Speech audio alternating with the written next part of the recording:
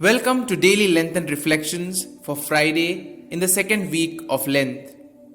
Today we shall reflect on the theme Appreciating Life. There is a common phrase in today's readings, "Come, let us kill him." At times, we target a helpless individual just because the person is different from us or thinks different from us. In spite of knowing that the person is just and could well be right, we tend to gang up against a person merely because he or she is a hindrance to our way of thinking or our way of being. Our words or judgments, the remarks we pass, the comments we circulate can be really killing the person, worse even than sentencing the person to death. Character assassinations, insensitive treatment of persons, selfish manipulations of individuals, and exploitations of all types are some ways we do away with persons around us.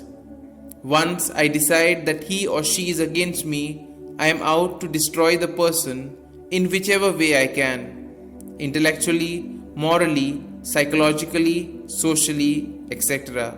And likewise, in both readings of today, we see the same theme.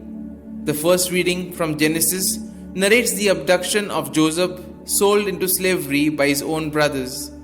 And then, in the chilling parable of slaying the vineyard owner's son in the Matthean Gospel, we have too often sold ourselves into slavery of greed and consumption, slain those who prophetically challenge our failure to share the fruits of God's vineyards, to work faithfully for the common good. We tell these stories in this season of reform and renewal, not to drown in guilt and self-recrimination, but to unleash the power of Christ's death and resurrection.